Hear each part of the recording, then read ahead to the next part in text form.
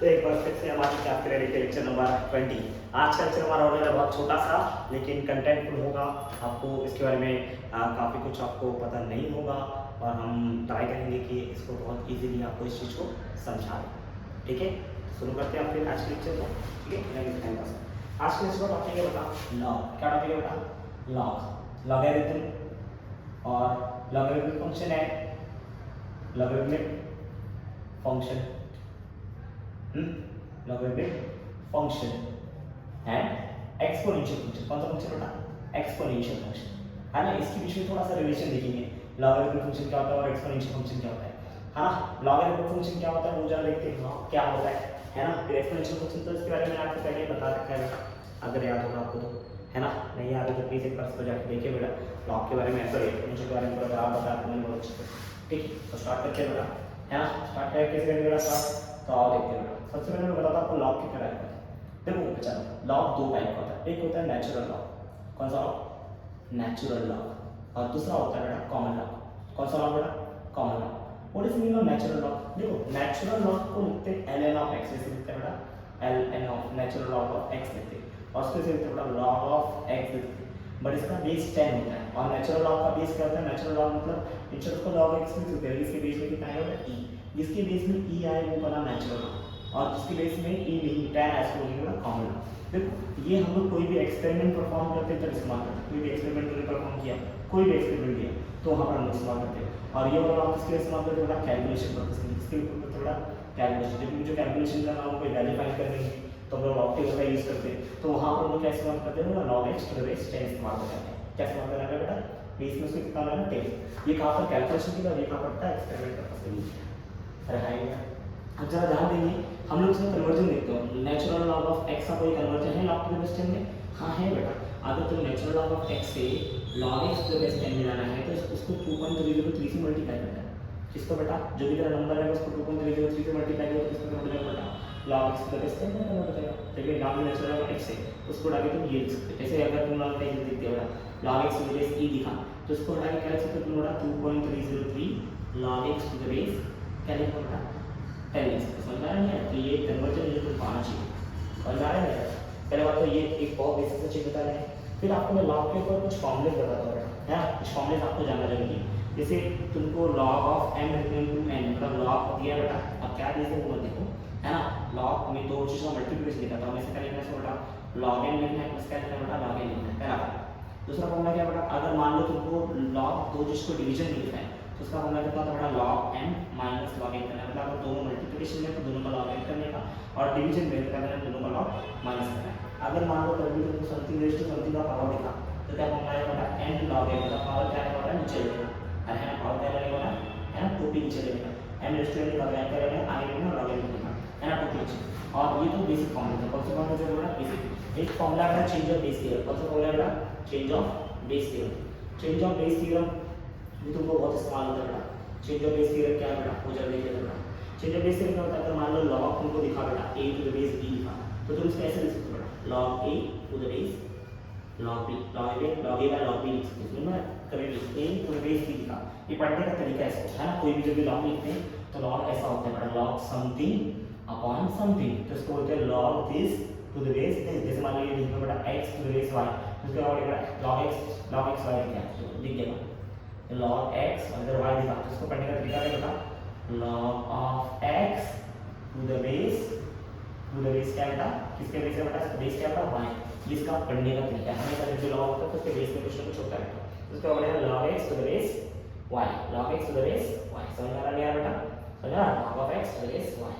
समझ आ रहा है बेटा? हमेशा क्या करना है? ऐसे पढ़ना है। मैं यहाँ पर आपको कुछ फॉर्मूले दे रही हूँ, 3 से 4 फॉर्मूले आपको इस्तेमाल करने हैं, बहुत जरूरी है बेटा, ये आपको आने चाहिए। अच्छा इसके हिसाब से मैं आपको कुछ फॉर्मूले और कुछ और टर्म्स बताऊँ। जैसे मान लो तुमने कभी देख लिया बेटा कुछ वैल्यूज तुमको हमेशा याद होनी चाहिए।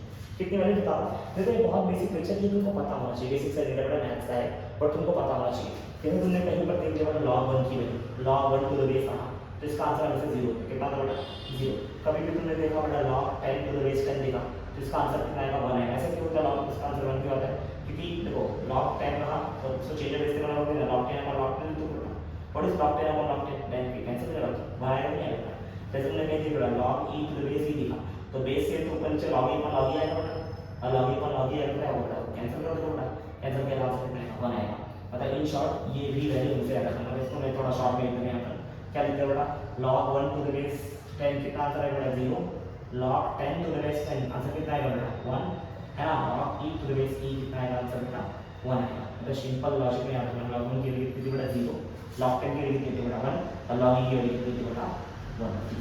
समझ आ रहा है बेटा, है ना, समझ आ रहा है ना। तो ये चीजें कम से कम तुमको ध्यान देना चाहिए, समझ आ रहा है, चलेगा। अच्छा आपको और दो फॉर्मूला देता हूँ बेटा मैं, है ना, और दो फॉर्मूला मैं देख के देता हूँ बेटा मैं आपको, इसको एक बार देख लेंगे बेटा। तो फटाक से इसको लॉग करके आपको मैं दो चीज समझाता हूँ, एक्सपोनेंशियल से लॉगरिथम कैसे जाना है बेटा, और लॉगरिथम से कैसे जाना है बेटा, एक्सपोनेंशियल में कैसे जाना है ये आपको देखना।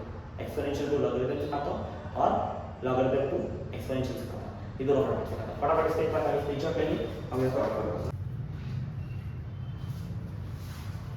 चलो अभी आपको समझाता हूँ बेटा, एक्सपोनेंशियल से पहले लॉग समझाता हूँ, फिर लॉग से पास जाता बेटा एक्सपोनेंशियल, दो बार बोलता हूँ। पहले समझो बेटा, एक्सपोनेंशियल फंक्शन दे रखा है, तुमने देखा बेटा एक्सपोनेंशियल फंक्शन दे रखा है, फिर कहाँ जाना है एक्सपोनेंशियल टू लॉगरिथम जाना है, कहाँ जाना है बेटा लॉगरिथम फंक्शन जाना है। और खाई नहीं है एक्सपोनेंशियल कहाँ जाना है बेटा लॉगरिथम फंक्शन जाना है, तो क्या करना है देखो, मान लो एक्सपोनेंशियल फंक्शन ऐसा दे रखा है तुमको बेटा, है ना, जैसे मान लो दे रखा है तुमको a रेज टू क्या मान लो चलो x रेज टू y दिया इक्वल टू z दिया, तो इसका आंसर क्या है इसका आंसर है। तो देखो बुक में डायरेक्ट लिखा है, ऐसे लिखा रहेगा, कोई बुक तुम पढ़ोगे वहाँ पे तुमको इस जगह बोलेगा इसका ये एक्सपोनेंशियल फॉर्म है, मतलब something raise to something power में है बेटा, तो इसको बोलते हैं एक्सपोनेंशियल फॉर्म। कौन सा फॉर्म बोलेंगे बेटा उसको, एक्सपोनेंशियल फॉर्म। और उसका लॉगरिथमिक फॉर्म है, लॉगरिथमिक फॉर्म कैसे लिखना बेटा, डायरेक्ट तुमको बोल रखा होगा कि इसमें क्या लिखना है, उसको लिखेंगे बेटा x is equal to y बटा log of z to the base y, मतलब ये जो है सॉरी x नहीं आएगा, ये आएगा बेटा तुमको y इज इक्वल टू इधर भी कितना आएगा बेटा x आएगा, ये जो तुम्हारा बेस है वो यहाँ पर बेस बन जाएगा बेटा, ये जो पावर है पावर इधर रख देना है, समझ में आ रहा है बेटा, है ना, जो y जो पावर में रहेगा उसको यहाँ रखना है बेटा, और ये वाला टर्म log में जाएगा और ये उसके बेस पे जाएगा, जो इसका बेस है वो इधर log का बेस हो जाएगा। ऐसे तुमको डायरेक्ट फॉर्मूला दिया रहेगा, समझ में आ रहा है बेटा, इसके ऊपर तुमको क्वेश्चन सॉल्व करना है, समझ में आ रहा है। क्या करना है, जो पावर है पावर इधर रखने का बेटा, ये log z और उसका बेस क्या बन जाएगा बेटा x, जो यहाँ पर जो इसका पावर को देगा, है ना। लेकिन ये आया कहाँ से, ये फॉर्मूला आया कहाँ से, इसको हमने देखते हैं।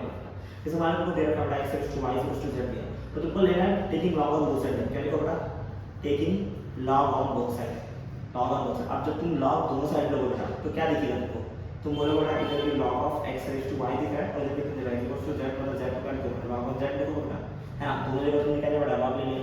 अब दोनों जगह log दिखा तो यहाँ पर क्या दिख रहा है, ये कैसे दिख रहा है समथिंग रेज़ टू समथिंग, मतलब यहाँ पे किसका फॉर्मूला लगा तो बेटा log of m raise to n का फॉर्मूला लगा, और इस फॉर्मूला बेटा जब भी पावर रहता है पहले आएगा बेटा तो n log m हो जाएगा बेटा। इस प्रकार अगर मैं देखूं log of x raise to y कितना हो जाएगा, y into log x हो जाएगा बेटा, इसी को स्टूडेंट कितना बेटा log z है बेटा।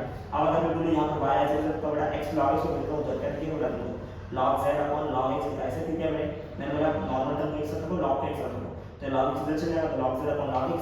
अरे ये क्या फॉर्मूला है, ये तो तुमको पता है बेटा, ये क्या बात है, log z upon log x कब आएगा, जब log of z to the base x रहेगा तब आएगा ये बेटा।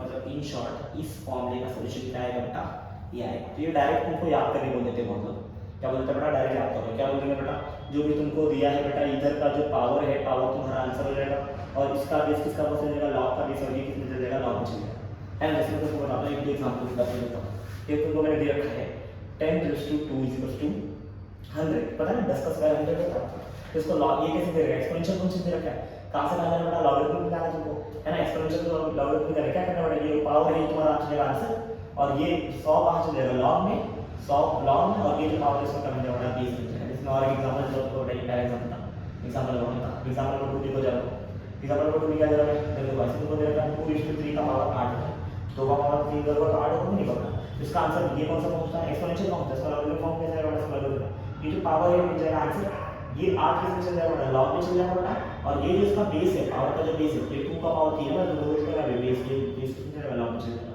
तो इस प्रकार से तुम्हारा किसमें कन्वर्जन बताया जाएगा, इसका बेटा आपका एक्सपोनेंशियल फंक्शन से कहां कन्वर्जन कर रहा है log में होता है। अरे है नहीं बहुत सारे एग्जांपल लेके जो मतलब जैसे मान लो मैं काफी एग्जांपल ले लेता हूं, जिसमें लिखते बेटा 9 का स्क्वायर इक्वल टू 81, इसका मतलब क्या है, इसका log में कैसे कन्वर्ट किया होगा, मिलेगा 2 तुम्हारा बन जाएगा आंसर, ये क्या लिखोगे log 81 लिखोगे, है ना, क्या लिखोगे log 81 लिखोगे, और ये जो बेस है इसका, है ना, पावर का जो बेस है ये किसके नीचे चल जाएगा, this will be your answer. लेकिन इसका सॉल्यूशन क्या सॉल्यूशन है यहाँ पर, है ना, ये बताया कहां से आया इसको, और है नहीं है, और ये एग्जैक्टली तुमको सॉल्व खाली इतना ही करना है, अगर कभी हुआ तो ऐसे सॉल्व करना है, बाकी और कुछ देखने की जरूरत तुमको नहीं। समझ में आ रही है बेटा ये कहां से कहां बेटा, तुम लॉगरिथम से कहां बेटा एक्सपोनेंशियल में, कहां बेटा एक्सपोनेंशियल।